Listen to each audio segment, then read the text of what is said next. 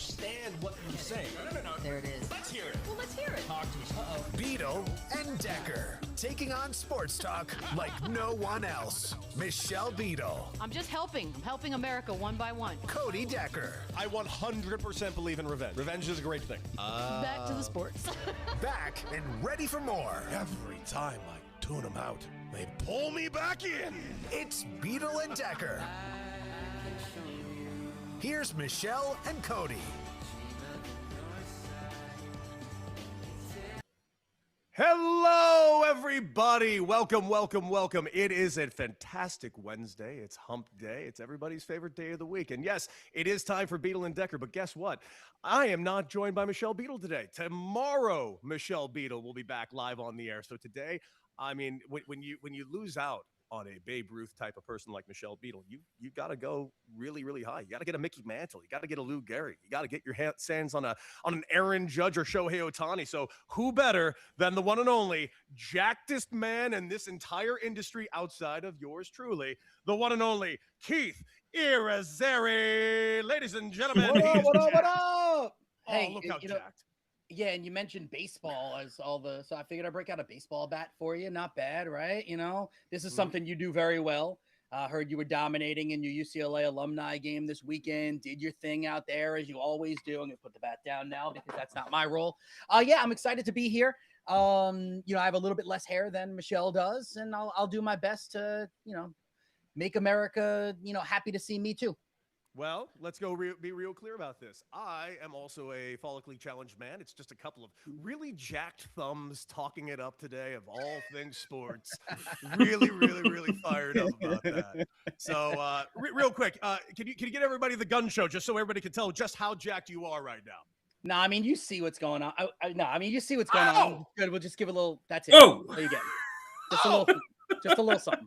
Oh, so jacked. So jacked. That's So, it. guys, the chat is already live. We're going up in here. We got the Great joining us. Gail and Valencia's in there. Chad is always in there. Tavio, Scott, and PA.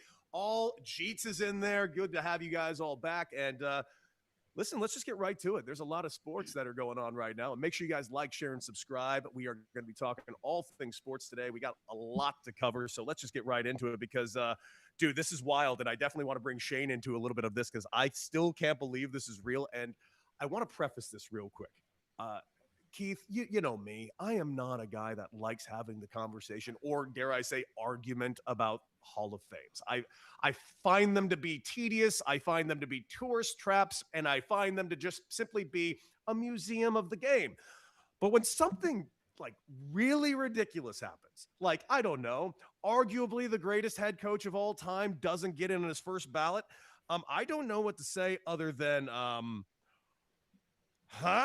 because Bill Belichick, not a first ballot Hall of Famer, my guy, make it make sense. Because, dude, if this is revenge for Spygate, Deflategate, for Jordan Hudson for leaving the NFL and making a spectacle of himself, or just revenge because he's Bill Belichick, none of this makes sense to me. All right, so let's start off there with the last thing that you said. No, it doesn't make any sense. There's zero world where Belichick, who is arguably the greatest just coach in general of all time, to not be in a Hall of Fame, right? Like that's where the hallowed grounds, all the best of the best are. You got the 6 Super Bowls with the Patriots, 2 more as a assistant coach with the New York Giants, the second all-time leading winner in the NFL, a partridge in a pear tree. Like we can go on and on and on about all the greatness that is Bill Belichick, right? Clearly, he should be in the Hall of Fame. This is a referendum on being a nice person. All right. And I'm not saying I agree with this, but I'm telling you what happened. Bill Belichick spent an entire career being a jerk to the media, right? That's what he did. He talked down to people. He belittled people. He was flippant with his answers, all that kind of stuff. And the 50 people in there, 11 of them apparently decided to take it out on Bill Belichick. It is stupid. It is dumb. It is moronic. And you know what, Cody, you and I are in this media world, and so many reporters and journalists say that we want to be taken seriously because we have all these high morals, and we we stand on these grounds and blah, blah, blah, blah, blah. If this is just a revenge thing because Belichick is a jerk, then all of that kind of goes out the window. So that would be my first start there. I don't know if you want to respond to that, because then I'll go into all the other revenge for Spygate stuff. Absolutely. Let's start right there out the gate, because I agree with you. If this is a sports writer's revenge, and here I'm going to name certain names in the realm of sports, because I want to make this abundantly clear. There's guys in this industry I just have the utmost respect for as being sports writers, but like, I'm going to equate it to Barry Bonds or a Roger Clemens. Now, you can sit here all day and say, "Oh, because of all the steroid noise." Well, if it's all about the steroid noise, God forbid, don't look at who you've inducted to the Hall of Fame for the last 20 years. Then we know why Barry Bonds isn't in there, for the exact same reason you're saying this right now, because he was a jerk to the media. And the media, I love Jeff Pearlman, friend of the show, but Jeff Pearlman's been on a little bit of a tear lately, talking about the worst athlete he's dealt with, and that was Barry Bonds. I do think I appreciate that honesty, but I do think it hurts the credibility of all the sports writers. And I do think that there's an aspect of this thinking, who's going to be the sports writers that are going to be posting out their ballots, and who are going to be the ones that are too terrified to post out their ballots? Because I do think this is so ridiculous that I think we're going to find out a couple of the names that didn't vote for him. I would like them to just come out and say it. Yeah, I think I don't know how much you know about the Pro Football Hall of Fame voting. Like, this is fascinating. Mm-hmm. So it's 50 people that are invited to be a part of this, and they're like in this sequestered room. No one talks about it at all. It's apparently like this like dark, like shadowy type of thing, and no one's ever supposed to know who's voting. Well, now we're starting to learn some of the voters, because some of these people are like, hey, I voted for Belichick. I did. I swear I did it. I voted for Belichick. It wasn't me. Mm-hmm. So that's a fascinating part of this, right? To go back to your Barry Bonds thing, it's the same thing, right?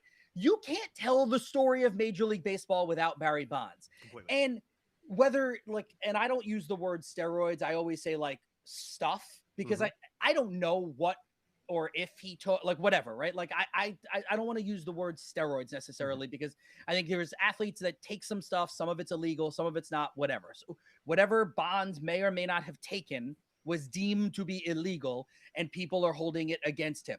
But if we believe that he started taking whatever stuff right around the time when McGuire and Sosa were becoming He-Men and were taking over the world as home run hitters, and the ego of Barry Bonds then maybe stepped in and was like, oh, let me do something to be like them, and then basically break every record, which he did.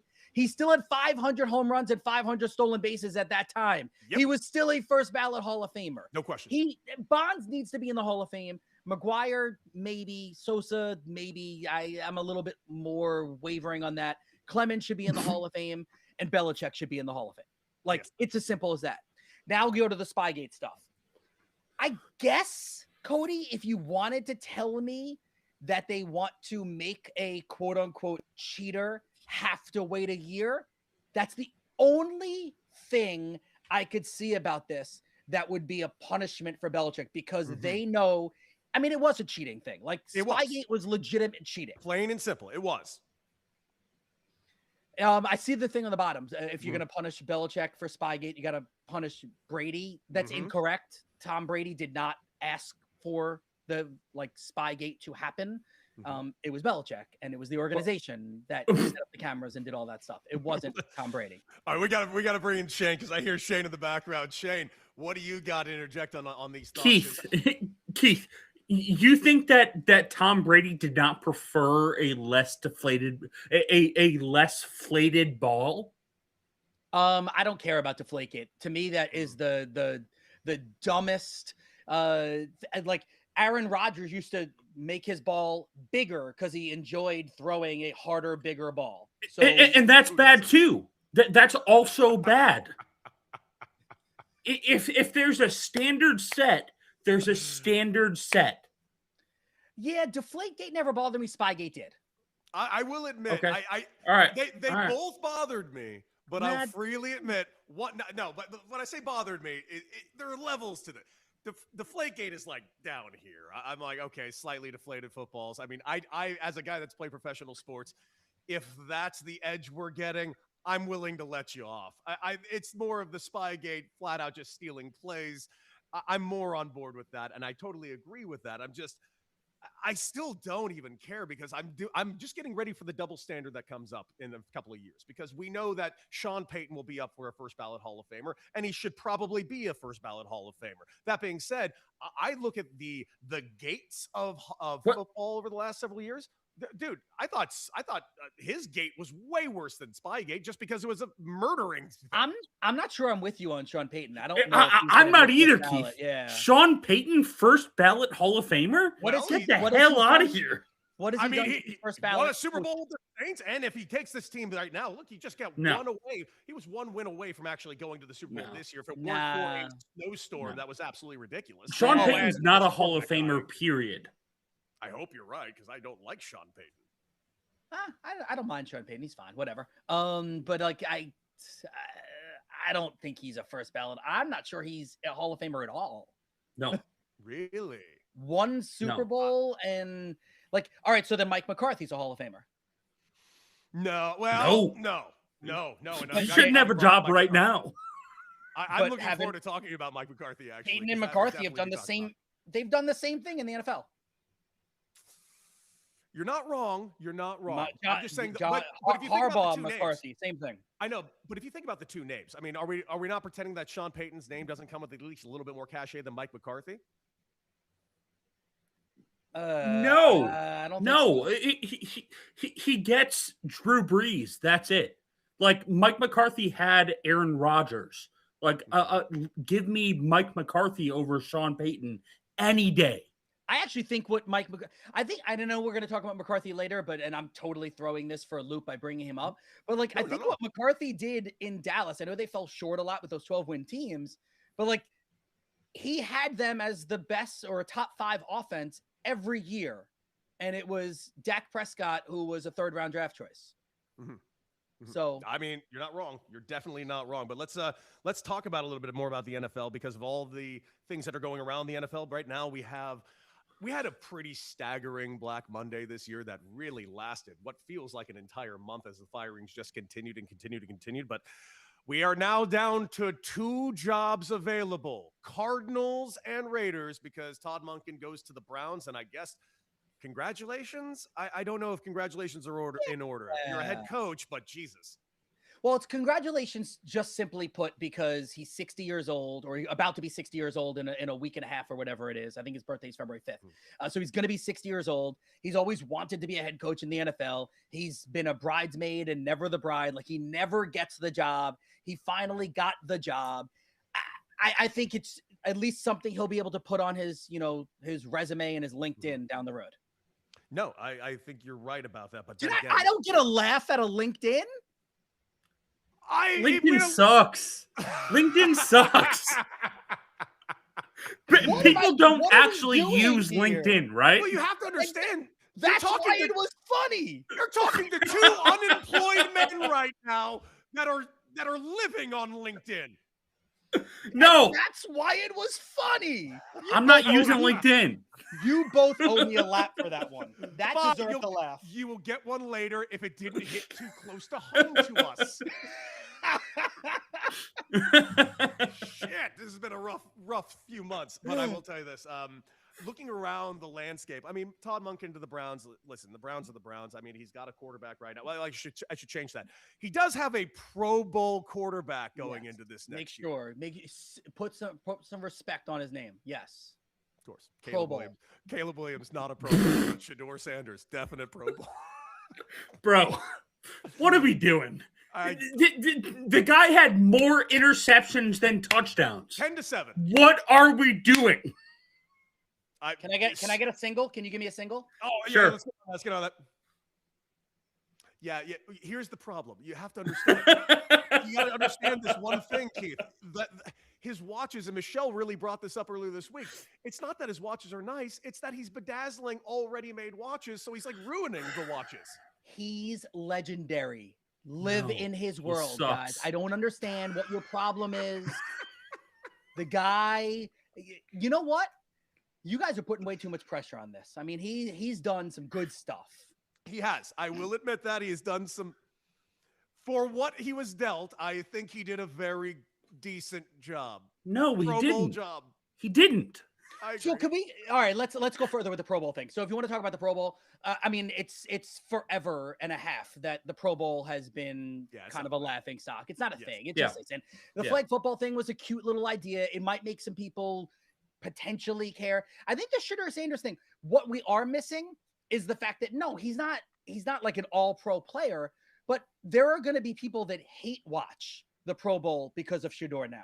That might be actually a pretty good point right there. I could see a lot of Shane. Are you going to hate watch this Sunday the Pro Bowl over Orlando? No. But Shane, would you have watched the Pro Bowl anyway? No. So then it's not for you. Yeah, exactly. I will tell you this. There is a way to get me to turn on the Pro Bowl. There is one way to get me to turn on the Pro Bowl. Get it out of Orlando and put it back in the North Shore of Hawaii. If you're at least going to show me some Hawaii landscapes and you do some stuff around Hawaii, I'll tune in for one or two things. But just because you're in the proximity of Universal Studios, Florida, I'm good. I do love me some roller coasters, though. Of course you do. You seem like the type. Oh, you seem like the type. Are you a Six Flags guy? Are you like the adrenaline roller coaster guy? Yeah, I'm a total adrenaline. I've gotten both of my boys into it as well now. They're adrenaline guys. I've been skydiving. I would totally do it again, except that my wife says I'm not allowed to now that I have children that would miss me. Sense. Yeah. So. Yeah. Wait. She wouldn't have missed you before the kids? We were only dating. That was going to be my question, Cody. You guys are jerks. You guys are jerks. You said it. All right. No, you guys. Yeah, no. So we were dating at the time when I went skydiving, and she thought it was cool, I guess. And now that we're married and with children, she would not think it's cool. Love and marriage. Fine. Love and marriage. All right. So looking throughout the league right now and seeing all the jobs that have come to fruition and the ones that are the two that are still open. And listen, you know me, I'm a diehard Raider fan. And I of these two jobs, I don't find either of them particularly desirable, basically, because the Raiders have had 5 head coaches in the last 6 years. Not to mention on top of that, they're still paying 3 of the former head coaches. And I'm saying 3 because it would be 4 if, of course, a few years ago, one of them didn't take a massive buyout that we still don't really actually know the number of. And I don't really know who's in charge over there because if you read reports, Tom Brady's in charge. But wasn't Tom Brady in charge last year when they brought in Pete Carroll and Pete Carroll brought in his guys? I don't see the Raider job, even though it's sitting and looming with the number 1 pick. It's still an unattractive job. But then you got the Cardinals, which what are the Cardinals? All right. So first and foremost, no NFL head coaching job is unattractive. There's only 32 of them. All right. So there's a limited amount of that. That's why even with the Todd Monken thing to the Cleveland Browns, it was a dream for him to be a head coach. That's why he gets that job. It's an exciting thing. No question mark. He does get a congrats from us, right? For your Vegas Raiders, you get the number 1 pick. You know, you're getting Fernando Mendoza, number 1.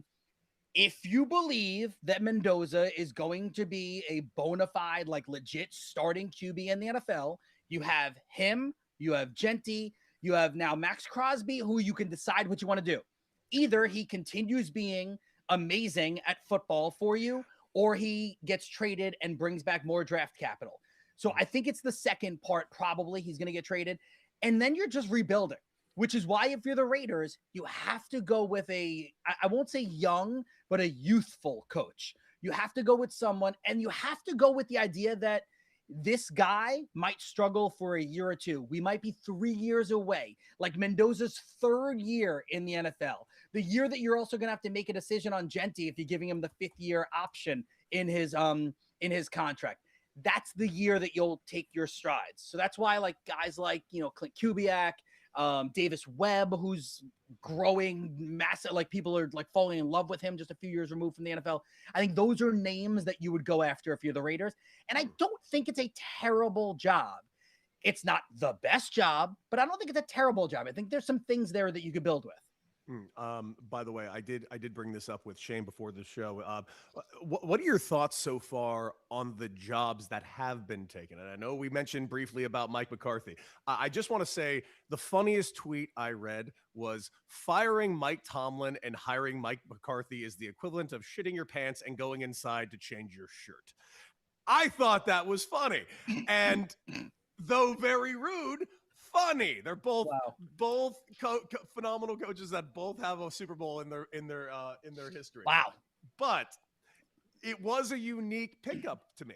What were your thoughts on Mike McCarthy going over there?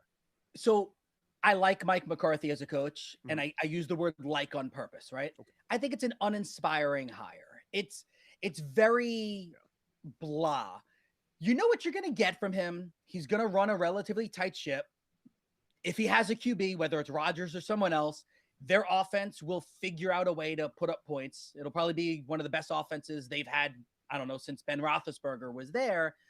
But I do think this feels kind of like a stopgap. So I think Chuck Noll, when he got hired, I want to say he was 36 years old. Then when Cowher was hired, he was either 33 or 34. And then when Tomlin was hired, he was the other one. So if Cowher was 33, then Tomlin was 34. I can't remember what Tomlin had. One of them was 34, one was 33, right? So they've always gone with the young coaches, which we all kind of believed that was what they were going to do next.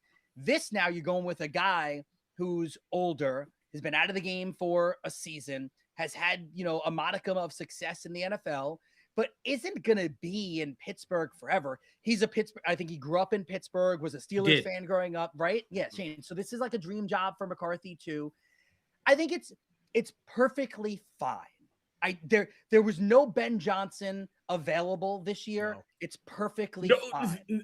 There was, Keith. What do you Marcus Freeman was Ben Johnson. Okay. How were you going to get him though? How do you think you were going to get him? Money. Lots of it. It Money. Seems like he didn't want to leave Notre Dame. He doesn't. But Marcus Freeman or Ryan Day are a better option than Mike McCarthy. I don't know about Ryan Day, but I'm with you. Marcus Freeman, you are spot on Marcus Freeman. If there was a way to lure him out of the college ranks, he was the guy. I agree with you. Yes. I would love to see Marcus Freeman in the NFL, unquestionably. But you mentioned how uninspiring the hire is, and I agree with you. I don't think it's a bad hire. I think it's an uninspiring hire. But have there been any hires that have been inspiring? I know the splashiest one would be the Giants. Yeah, I mean it is. I'm in New York, right? You know that, and I've a lot of friends of mine that are Giants fans, and I work for SNY, so we cover the Jets and the Giants. And yeah, I mean Harbaugh is a leader of men. Like we could use all the cliches we want, like leader of men, blah blah blah, whatever. But he is a good coach, and I know the last couple of years haven't been great with Baltimore. He's a good coach. I think that he will right the ship in New York. There's weapons there. It's the same. Like I often talked about this Giants job, and a lot of people are saying how this New York Giants organization is a shell of what it used to be, guys. But like, you have a top pick coming in this year. If you believe in the QB, Dart being able to stay healthy, then you have a QB. You have a wide receiver, Malik Neighbors. You have some weapons. Like there's some things there to believe that you can turn this around relatively quickly. I think the Eagles are going to start taking a step down. I'm not really that much of a Dallas Cowboy believer. We don't know what the Commanders truly are. So who's to say that the Giants can't go from 4 wins to 8 wins? I mean, look what just happened with the Patriots. I mean, it's not out of the realm, and they do have the names you just said. I mean, they got some players that can actually compete. Yeah, the Bears too. The Bears did it too. Great call, Shane. So, well, it's going to be a fun year and much more interest. By the way, in the chat, are you guys trying to say Brian Kelly would be a handsome hire? Brian Kelly to the Raiders? None of you talk to me. Christ. No one in the chat talk to me for the rest of the day if you're going to try and put Brian I'd rather Kelly. Oh, I'd rather Chip Kelly, and I hate Chip Kelly. I'd rather Kelly Kapowski. I'd rather... Oh, I would love Kelly Kapowski. Just my... That's the child? Oh my God, dude! Tiffany Amber Thiessen now. I mean, is right now. Yeah. By the way, can I just get around the room real quick on the lovely people, all of the lovely, handsome people that were on Saved by the Bell? Do you guys agree with me in thinking that Lisa Turtle really never got her due? Like, Jesse is dating Mario Lopez. You got Kelly Kapowski with Zach, and you got Screech having, like, how is she stuck with Screech? Well, it's because she sucks. No. She sucks. It's because the actress Lark Voorhees at the time was actually dating Mark Zach. Paul Gosselaar, so Yeah. they couldn't really they struggled with having that as a relationship thing on the air as well. You had the one episode where her and Zach kind of crossed the line for a second, remember? And then also when Zach had the broken leg or torn ACL, and she was Strong, his handy Keith. striper. Yeah. So Okay, I'm really Strong. happy some of you are with me right now because right there, Chad in the chat, Lisa was fire. I agree with you, Chad. See, Lisa Turtle just never got her due. She just deserved better. She deserved better. Okay, well, that's a great time for us to get away from the NFL for a second. Let's just go over and what do you say we go over to Shane's quick hitters. Let's see if the sound is working today, Shane. All right, hit it. Quick hitters, quick hitters. These are Shane's quick hitters. There's no sound. This is not the normal sound. Quick hitters. Shane's quick hitters.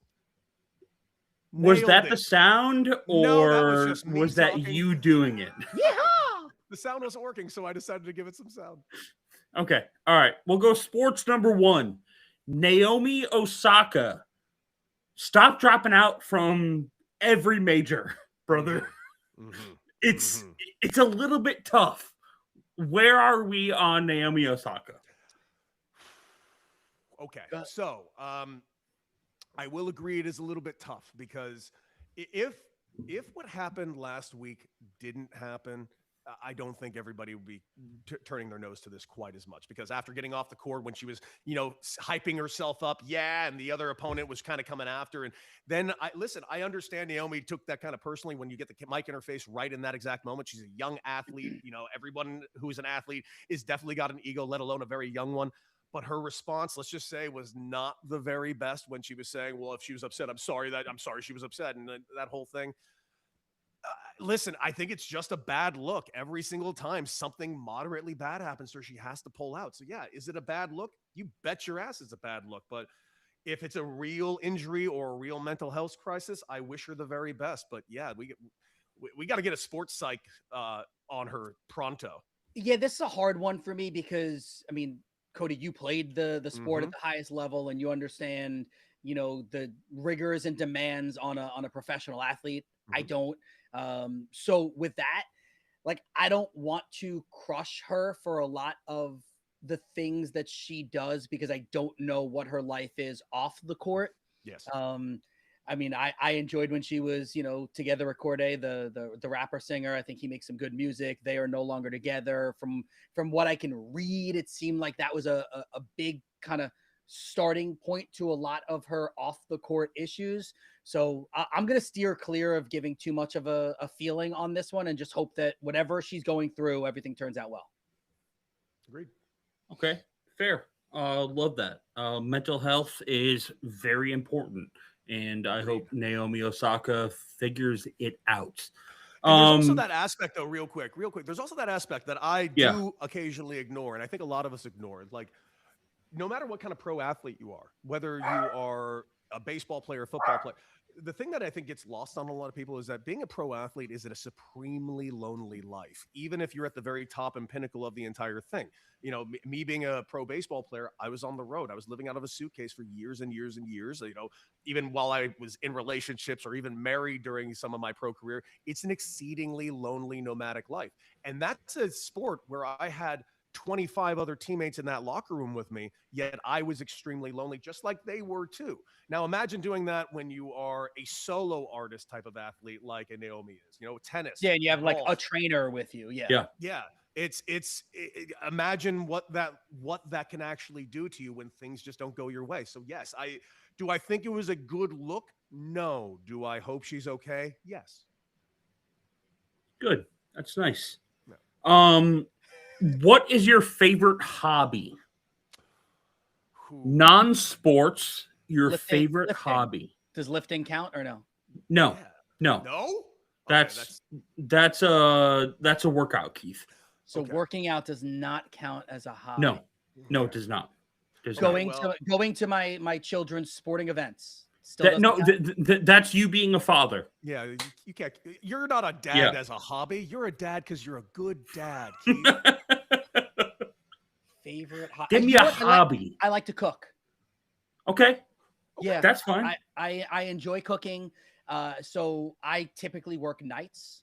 and a lot of times I'm around during the day, so I will meal prep for our family most of the time. So I enjoy trying to find different ways to get the boys to eat some good stuff, high protein stuff. My wife appreciates that as well because, you know, she doesn't have to cook as much and she's a teacher. So she gets home and she's had a long day. If I can get some of the meals done, I like to do that. And I'm not bad at it. Yeah, Good. Yeah. By the way, Chad, What's your disclosure- favorite thing to cook? Ooh, Anything meat related. So I'll go with like steak, but I do my version of a hibachi. So Okay. I make rice and then I throw it into my big pan. I chop up usually steak and chicken, mix in, you know, some mixed veggies, usually like peas and corn because it's the easiest stuff that like children will still care to eat. Chop up the eggs in there, and then I use the coconut aminos because it's healthier than like actual soy sauce. Put it all together, and it's usually a big hit in my house. Love it. Love that. Love it. Yesterday, I Love cooked it. some chicken shawarma. Felt really good about that, but I wouldn't say Ooh. cooking is my hobby. I would say my favorite hobby it's a sport. Obviously, I love golfing. It's a great time. A few people in the chat are asking a lot of different things. I like to drink. Is that a sport? That's a fair question. I don't know if that's a sport, but it can be a hobby if done correctly. Is road tripping a hobby? Is a very fair question from Scott No. PA. It's not. Sorry, Scott PA. That's just something you do, and be careful out there. I'm gonna say that my favorite hobby is, you know what's funny? I love finding views. Like one of my favorite things, I'm not a huge hike guy, but dude, and if I'm like near a beach, if I'm near a mountain or near a hill, I love finding a view and just kind of chilling. I'm a big, big fan. I'm a sucker for a view. So you know what's cool that you say that is, so I'm not like a view guy per se, but over the last couple of years, I have grown an appreciation to a cool looking sky with clouds. Okay. Like if the clouds wow. look super pillowy, like I'll literally turn my youngest son. I love having fun with him. I'll be like, Alex, like take a look at those clouds, and we start like trying to figure out what the clouds look like. So that's been fun. I love that. Oh, and you know what? That is one of my favorite things, but I forgot. Like my very favorite hobby is going to old movie theaters that play like older movies. I love finding like an old, not necessarily grindhouse theater, Doesn't but more that like hurt your back? it's not, the seats could use an upgrade, but I like them just because it feels like, it reminds me of why cinema is cinema. I feel like if you go to an AMC, it's not the same thing as it was when I was a kid. If I go to like a grungier type of movie theater, like the Arrow Theater on Montana Avenue in Santa Monica, like I love going there and seeing like Citizen Kane or Casablanca. That's my jam, dude. No, Nobody actually likes to watch Citizen Kane. That's one thing I will stand by. I Rosebud, kind of bro. agree. I don't disagree with Shane. And by the way, Cody, I am like the opposite of bougie, but I will not go to a theater that doesn't have recliner seats. No. That's pretty bougie. I would say that's technically kind of bougie. Oh, no recliner seats? My God, you need a butler too? Dude, it's not comfortable. Yeah. It's not comfortable. Wait, they provide butler service at some of these? I'm in. They actually do. I'm not kidding. They actually do. If you go to like an Alamo Draft House or an iPick, it's practically a butler service. Now, Shane, now who knew about the bougie stuff, huh? I didn't Him. say I did. Cody did. Time. I didn't say I didn't dabble. I'm a bougie bitch. Okay, cool. Yeah. All right. All right, next one. If you were to eliminate all other music genres, what would you settle on? What's your number one music genre? I get to keep it, you mean? Yeah. Yes. Man, that's a good question. Hip hop and R&B stays. No, that's two. You only get So one. then rap. I'll keep rap. I'll Okay. keep rap. Give me hip hop. I'm fine. Okay. Because hip hop will also include, like hip hop. I get singing involved in it. Hip hop because is of- not R&B, Keith. No. I know. It's very different. Yes, but Usher, who's a R&B artist, has rapped Who on sucks. songs. Yeah. You know what I'm saying? It has rapped on songs. How about Drake, who sings and raps, right? Who Like, so what I'm sucks. saying is, Yeah. I'm getting a mixture of both. Yeah. Okay. Even Eminem has sang some of his hooks. Yeah. Okay. Oh, he didn't say he sucks. Okay, cool. No. I win. All right. Jeets22 says country. No, I'm not keeping Yes. country. Country's the first one out the door. I'm with you, Cody. I love me some hip hop and R&B, but I hate to say that they're going to both be out the door. Love me some classic rock, hair metal, and heavy metal out the door. Give me 90s alternative. Like I'm talking Soundgarden, Green to Day. Oasis, Green Day, Yeah. the Linkin Parks of the world. Champagne Supernova. All day and night, twice on Sundays. Give me good alternative rock. I'm not against All right, Keith, we talked about this last week, or it might have been Monday. How do you feel about Green Day opening the Super Bowl? It's a little odd. Is it? But I don't have a problem with it. I can't wait. I don't have a problem with it. Yeah. Does the NFL know what they're doing? I know. Like, how political is it going to get, you think? Very. If we're going from a scale from 1 to 10 with Green Day, so 20. Yeah. Probably. It's an odd Super Bowl with a lot of the entertainment aspect of it has a lot of political undertones. Yes, a lot. Yeah. A lot. And it feels like the NFL is. I actually kind of think like the NFL is making a point with a lot of it. I think on purpose too. By the way, I've seen Green Day live, and this was in 2019. Let's just say that show was extremely politically charged, and I don't think we're in the same climate now than we were in 2019, 2020. I hope you had the time. Dude, I saw the American Idiot tour. I was there with my mom, and Billy Joe put a guitar between his legs and said, "Somebody fuck me."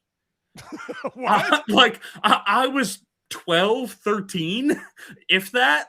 And did your mother say, "Hi, man, sit down, son"? No, but she got it. She got it for sure. I can't wait. Phrasing. I can't wait. I mean, she got it, huh? Phrasing. Good for her. You know, she understood. She understood. Okay, sorry. We misunderstood. Sorry, that's on us. All right, one more. Okay.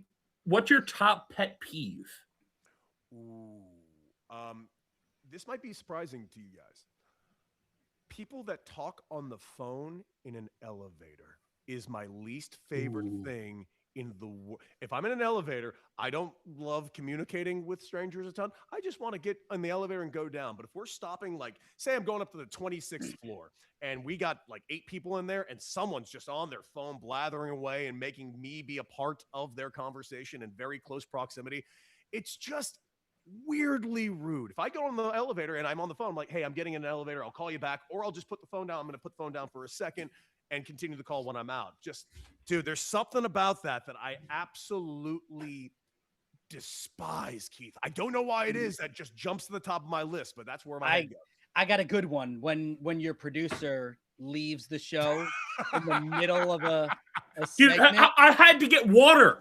I grabbed my water bottle. Jesus Christ! You like that? Is that what a dick! Like I'm just sitting. My God. Yeah, I mean, listen, I'm just trying to have a conversation, and producers like, "Oh, I was gone for like 10 seconds." Yeah, my gosh, 10 seconds of our lives.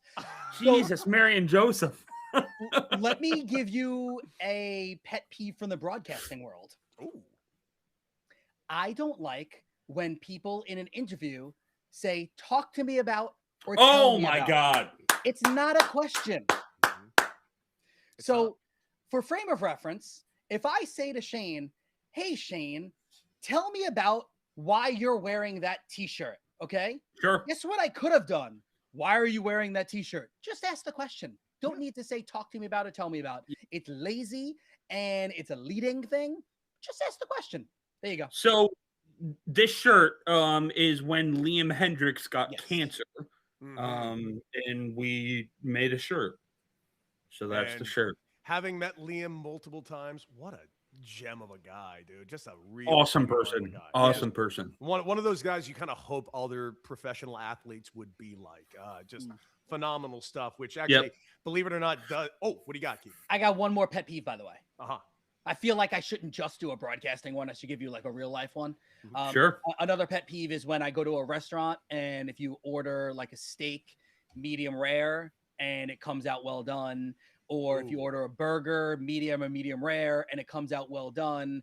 Like, it's not that difficult. That's just cook the burger or the steak correctly. I'm paying a fair amount of money for this. Just fair. Yeah. I would like it to be cooked correctly. Love that.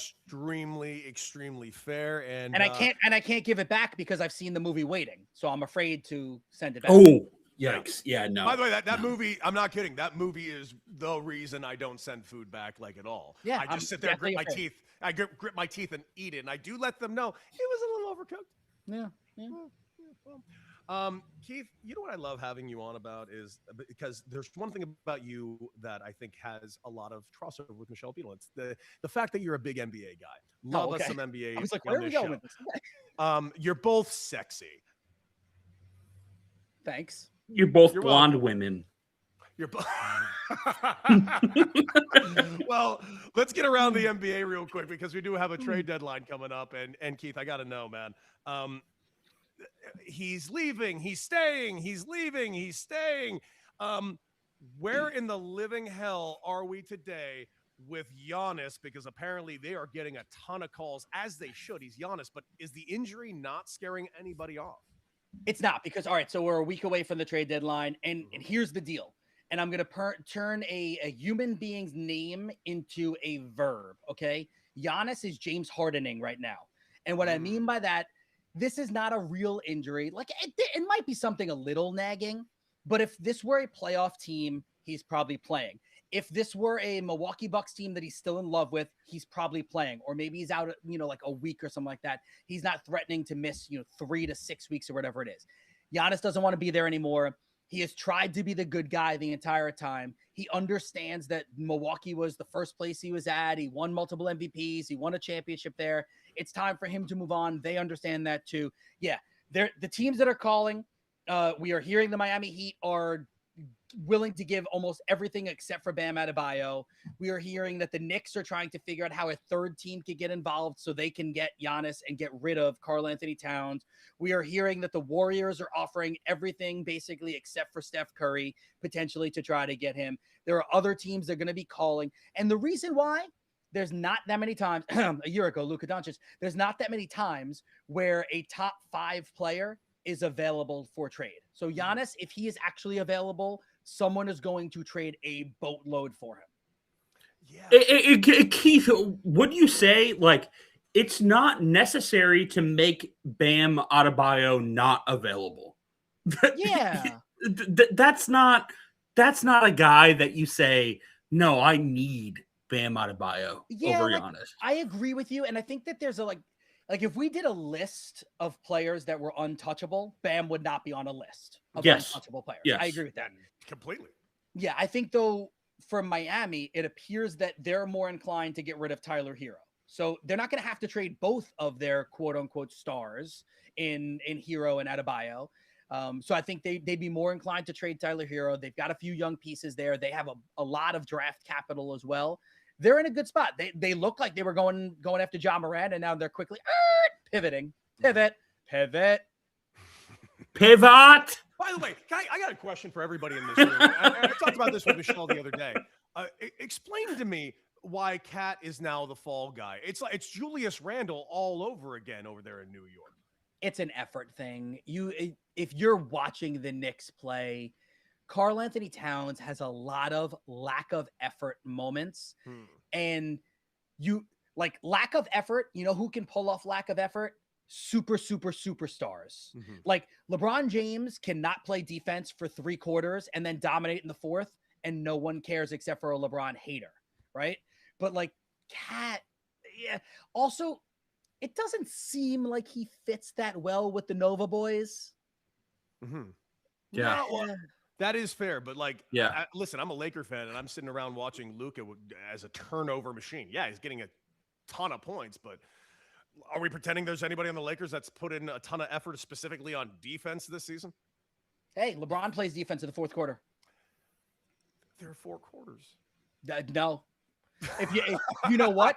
If you weren't an NBA fan, you would say there aren't. How many people watch sports and go, I don't need to tune into basketball till the fourth quarter. The first 3 quarters are pointless. Well, there you go. Then don't tell me LeBron's not good. He's the greatest. He is definitely great fourth quarter. Well, he's not the greatest. He's the second greatest. He's maybe the second greatest of all time. Greatest at fourth quarters. Okay. Okay. All right. I don't know. MJ had some magic in fourth quarters in his day. So you want to actually know something? So I'm not going to get on this like LeBron's better than Michael Jordan thing. Do you know that by the metric of clutch, LeBron has better clutch numbers than Michael Jordan? Really? Like, yeah. There's a. You just said more time. Yeah, more time exactly. But it's like after 2 minutes or less. LeBron has had more go-ahead shots than Michael Jordan in his career. LeBron has had more go-ahead assists than Michael Jordan in his career. All right. Whatever, Keith. Yeah. Keith, how about this? How did LeBron do in the AA Southern League? How about that? Answer that for me. Yeah. Did LeBron hit a double against the Cubs in that series? Yeah. Nah, you know what? Because he decided not to step away from the sport. Well, it was gambling. Well, allegedly. Hey, allegedly. Shane said that. All attorneys point out that I did not say that. Yeah, I said it. It was me. What about everything? Listen, there was another comment yesterday, and Shane brought this to my attention, and it's about Derrick Rose. Is Derrick Rose a Hall of Famer? Because Reggie Miller adamantly believes so. No, he's not. He's not a Hall of Famer. He's the Hall of very good. He's the Hall of what if, right? With injuries, right? Just absolutely. Yeah. You can get into the Hall of Fame if you had an injury-riddled, like Grant Hill had an injury-riddled career, but Grant Hill had 8 Hall of Fame seasons. For Derrick Rose, who's the youngest MVP in league history, which, by the way, LeBron should have won it that year, but Derrick Rose won it in 2011, like the youngest MVP of all time, for 3.5 years, was one of the 5 best players in the NBA. That's not enough time for me to say you're a Hall of Famer. So what was it? 3 All-Star teams and 1 All-NBA first team.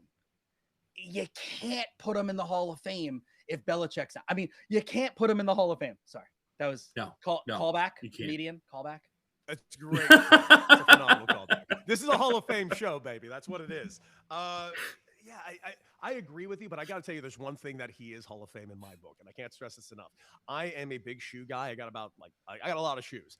Probably my favorite pair of shoes that I own are a sweet Adidas pair of D Roses, and I can't stress enough, those D Roses are as sweet as they get. Nice.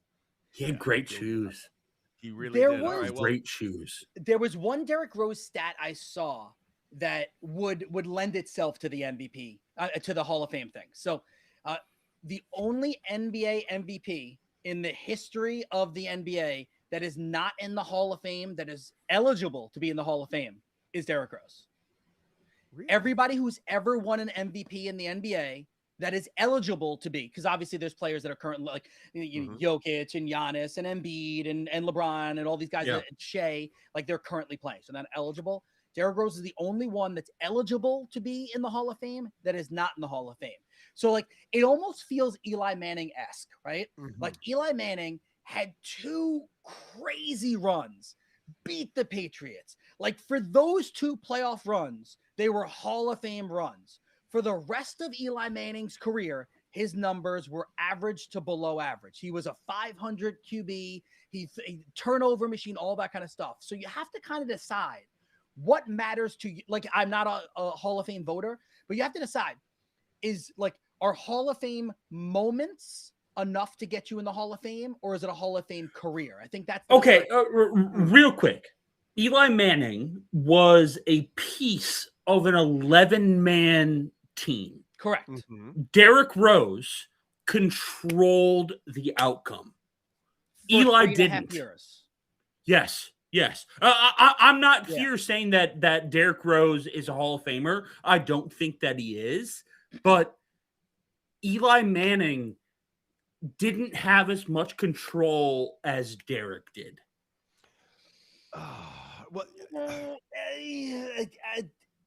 football fans will disagree. I don't know if I disagree with you. Football fans will disagree because the quarterback is the one that sets the pace. The quarterback's the one that's calling all the play, like all that kind of stuff.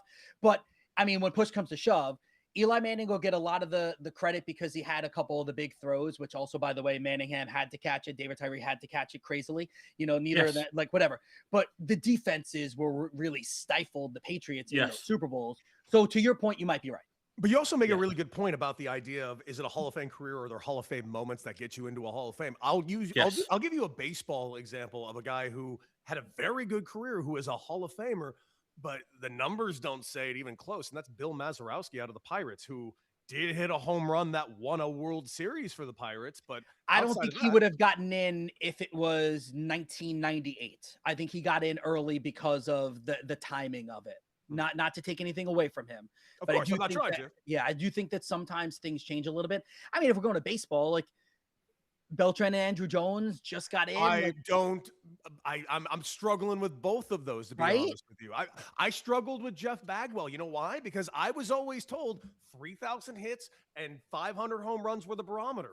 He had neither of these. And even like Beltran and Andrew Jones, again, I think they both had excellent careers. Absolutely. But at any point in their career, would you have said they were one of the 2 or 3 best at their position? No. Maybe Andrew Jones would have gotten a nod for a couple of years. Yeah, maybe. No, he just played for a long time. Yes. That's it. Yeah. He was good for a long time. And good on Chad in the chat. Tim Lincecum, by that logic, should be a Hall of Famer. Yeah. No one was but more he's dominant not for 3 years than Tim Lincecum was. And those 3 years, dude, he was the freak. Like, hard to ignore. All right. Well, what do you say we go ahead and switch things up a little bit, and let's go ahead and shiggle a little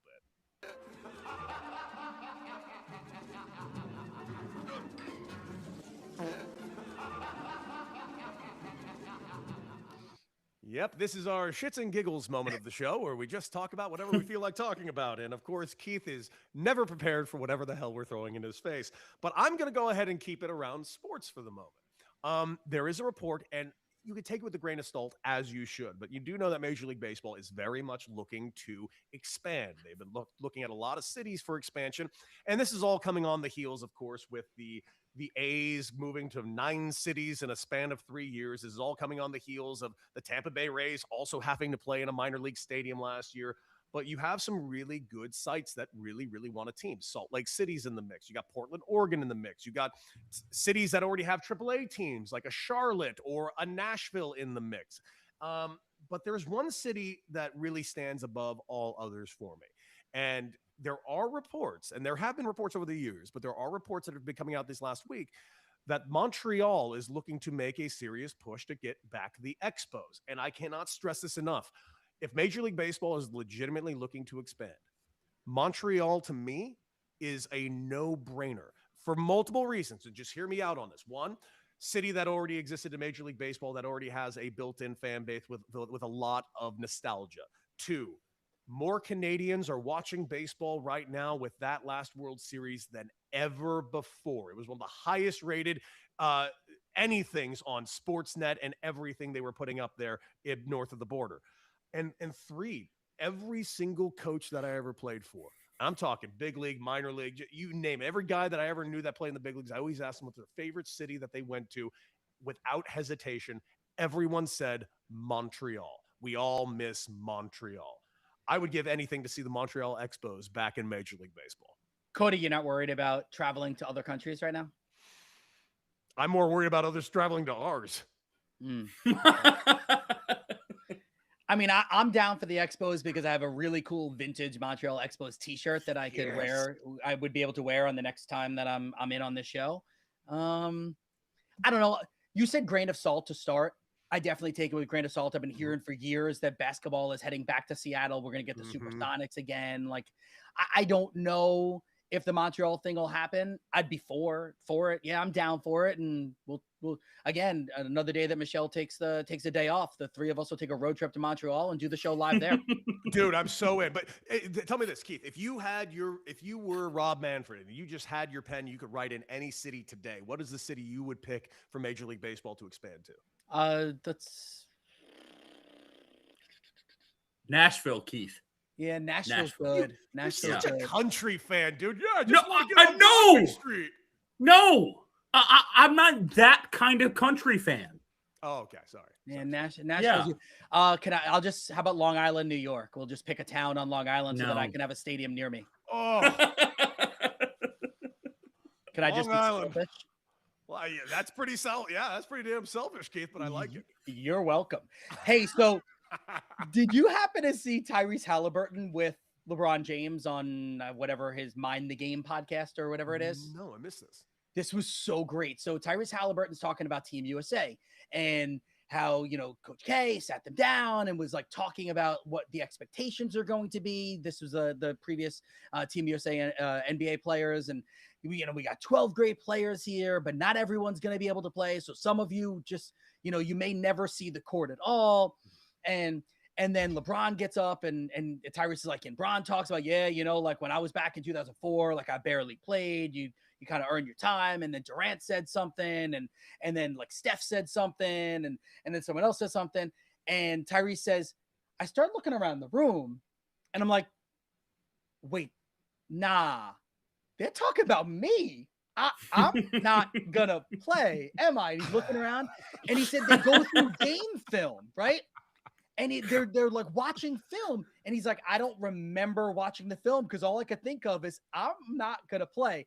And then it's funny that he peel back the curtain for this, because after they won gold, he had posted that picture with him with the gold in his mouth, saying, I feel like the kid who got an A on the project who Yeah, did the group nothing. project. Yeah. So I thought that was pretty funny. I love that. And I mean, there is something to it. Do you think that sports, like based on today's, it's almost interesting hearing someone like LeBron say this. I get it, because that's kind of an old school sports thing. You got to pay your dues. But the way sports are ran now, I mean, the games are getting younger and younger and younger. I mean, How about Macklin Celebrini's playing in the Olympics as an NHL player, and he's 19 years old. No one expected that. So, Yeah. I mean, that's pretty cool. Yeah. Shane, you got anything, my guy? About what? Anything you're shiggling on? Leave me alone. About what? Mind your business, Cody. About nothing, Shane. No, we're not doing that. I'm not Becker. shiggling today. Yeah, I'm not shiggling. I'm sorry. Okay, You should try to eat more fiber. You should shiggle. Yeah, I should. All right. Yeah. So, all right. Question about that. Did I just lead us down a really weird rabbit hole? Sure did. Let's get it going. Should we eat fiber in food or in supplements? Food. I'm more of a food guy. I'm a food guy. Okay. Yeah. Okay. Yeah, Yeah. a lot of things high fiber. Just get it in you. Honestly, like and Keith, correct me if I'm wrong. My thing is like you. I just try to get in a lot of protein. If I can get in a lot of protein, I will by like accidental osmosis get my fiber in. Yeah, I'm very into the protein. I make all different random types of protein things with my protein powders and stuff like that. What does that mean, Keith? So I do this. Actually, it's been really good for the boys. They love it. And my older son, who's 15 years old, he's trying to put on weight and stuff like that. So we do that. I make this protein like cookie dough. So it's literally just a scoop of protein. You put like either peanut butter, almond butter. Even if you want to get a little unhealthy, you could do Nutella, mix it in, a little bit of syrup, and then those Enjoy Life chocolate chips that are a little bit healthy for you. You whip it up into a bowl. You could freeze it if you want. You could put it in the fridge, or you could just eat it like that. Okay. All Can right, I tell you that. what mine is? My go-to like kind of sneaky protein thing. So I bought this thing called a Ninja Creamy. And those of you that don't know, Oh my God, people swear by that. Is it good? It is the best purchase I've ever fucking made, dude. I want to make this abundantly clear. The Ninja Creamy is, because I'm a sweet tooth guy. Listen, if you put gummy candy or any candy in front of me, I will eat it. I just can't stop eating it. Cody. Sour Patch, dude. The fact that that bag is not empty right now is a crime. I would dominate that bag, and I would regret it the entire day. I'm like, oh, my workout tomorrow is going to be twice as hard now. This sucks. But the Ninja Creamy, gave me the opportunity to satiate my sweet tooth while putting in like 40 grams of protein. You get yourself like Fairlife milk or like one of those concentrated milks that are high in protein that just tastes like easy to go milk. You mix it in with some protein powder. You maybe throw some actual fruit in there. Like my go-to, and I'm not kidding, I love getting like cereal flavor protein powders, like a Fruity Pebbles protein powder.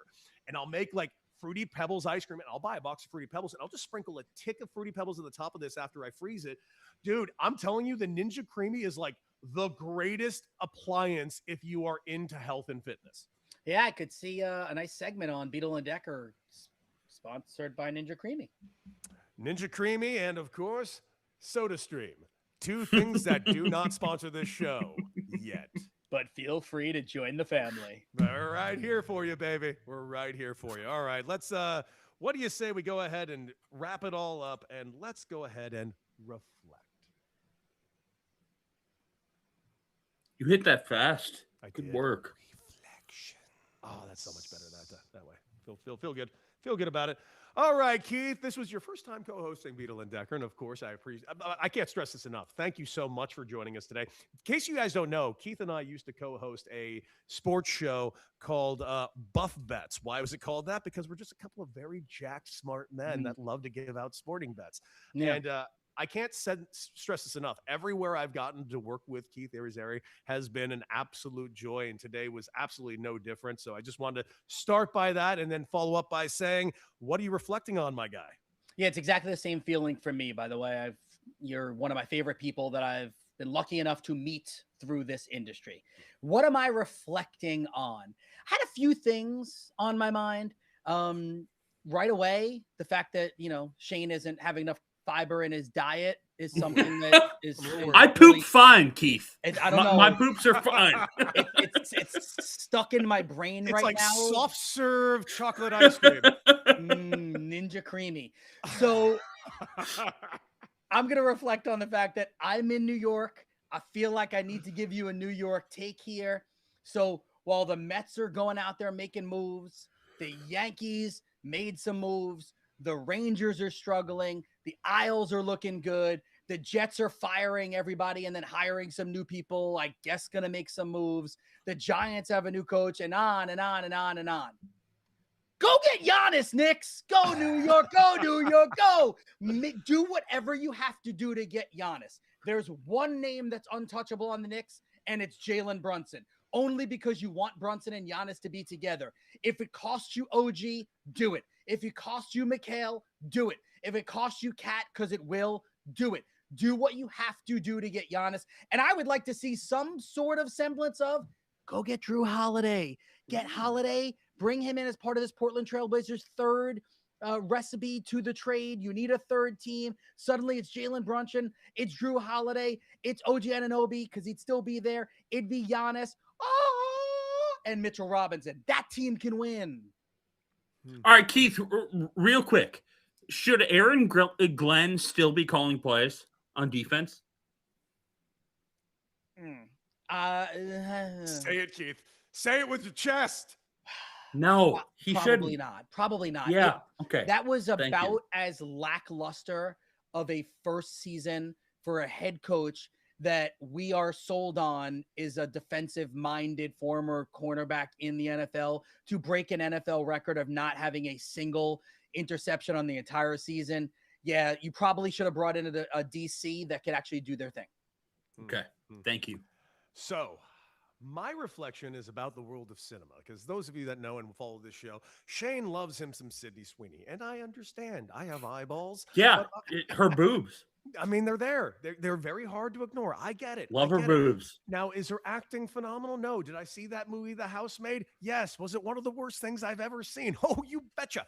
That being said, I want to say congratulations to Sydney Sweeney, because Sydney Sweeney has had a rough go at the box office this year. Each one of her movies that have come out this year have been a monumental flop, one of which, of course, being the movie Christie, the sports movie where she was playing the boxer Christie.